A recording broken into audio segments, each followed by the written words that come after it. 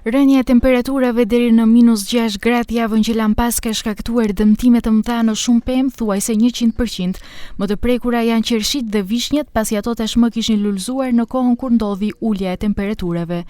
Gjatë ditës së sotme ishim në Tetov, ku Ibrahim Fezullau ka mbi 300 drunj qershie, të cilët janë dëmtuar rënd. Ai thotë se dëmi është i madh, pasi nga 300 pemë që ka të mbjella, çdo vit ka marrë nga 12 deri në 15 ton qershi. Po çfarë do me këto qershiet, ke pemët i ka shkatru këtë. E ka bo 90%, jo se 99% që mund t'i shifni se edhe i pa në teren se gjikan.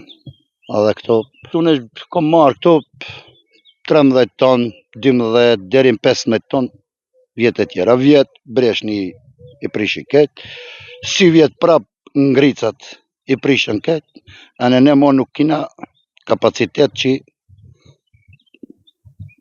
dalëm matitje. 95, ma mund të thush edhe 100% që shirni pëni, ju i shifni vetë se si është domi këtine. Ibrahimi u bën thirrje autoriteteve të komunës së Tetovës që dalin në teren dhe të vlerësojnë dëmet, edhe pse sipas tij ata nuk kërkojnë që dëmi tu dëm shpërblehet 100%, aq sa kanë humbur, por një ndihmë e vogël do të ishte shumë e vlefshme për ta. Sipas tij, në të gjitha komunat e tjera, institucionet i kanë marrë parasysh dëmet. Kesh komuni paraqita Ministrinë e Bujqësisë, do të thënë shkon këto kompetenca i ka komuna. Kesh komunë i paraqita ato s'marrën rasisht, nuk shuan hiç. Nuk të marrën dorë hiç. Ne s'dim gjë bëjmë. Se ne nuk kërkojmë kështu gjë bëjmë pak ta zbutin situatën që mbijetojmë.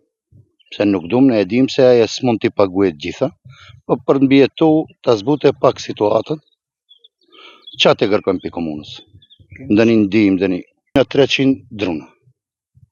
Këto është nëse përnëm komunës, dalën në teren inspektorët. Për shkak të festës së Pashkëve, nga komuna e Tetovës nuk arritëm të marrim përgjigje pse nuk kanë dalë në teren. Një përgjigje presim ta marrim gjatë ditës së nesërme, ndërkohë temperaturat e ulta kanë shkaktuar dëm edhe te mollët.